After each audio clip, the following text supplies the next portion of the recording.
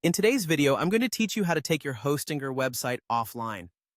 Whether you're updating your site, undergoing maintenance, or simply want to ensure that no one can view it temporarily, taking your website offline is a straightforward process when you know the right steps.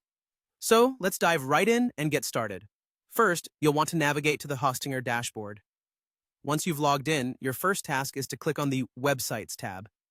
You'll find this option in the main navigation area, and it's where you can manage all your hosted sites. Now go ahead and locate the website you intend to take offline. Once you've found it, click on the Manage button next to that particular site. This action will lead you to an array of options where you can control various aspects of your website. Once you're managing the site, look for the Advanced section. This area contains several settings that allow you to tweak less commonly used but incredibly useful features. After you click on Advanced, what we're specifically interested in today is the option labeled Password Protect Directories. This is the key feature that will help us restrict access to your site. Now, with your eye on the Password Protect Directories option, go ahead and click it. You'll be prompted to enter a username and password.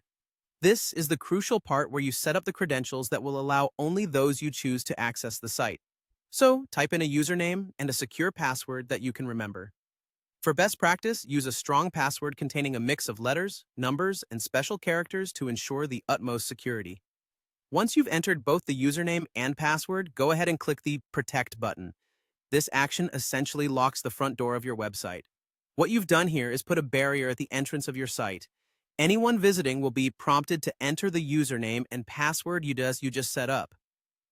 Only those with the credentials will be able to access the content, effectively taking your site offline for public view while still being accessible to you or your team. And there you have it. The simple, yet effective way to take your Hostinger website offline. Remember, this method doesn't delete any content or disrupt your settings.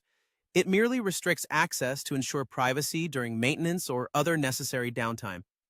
Once you're ready to bring your site back online, you can return to this section and remove the password protection for open access.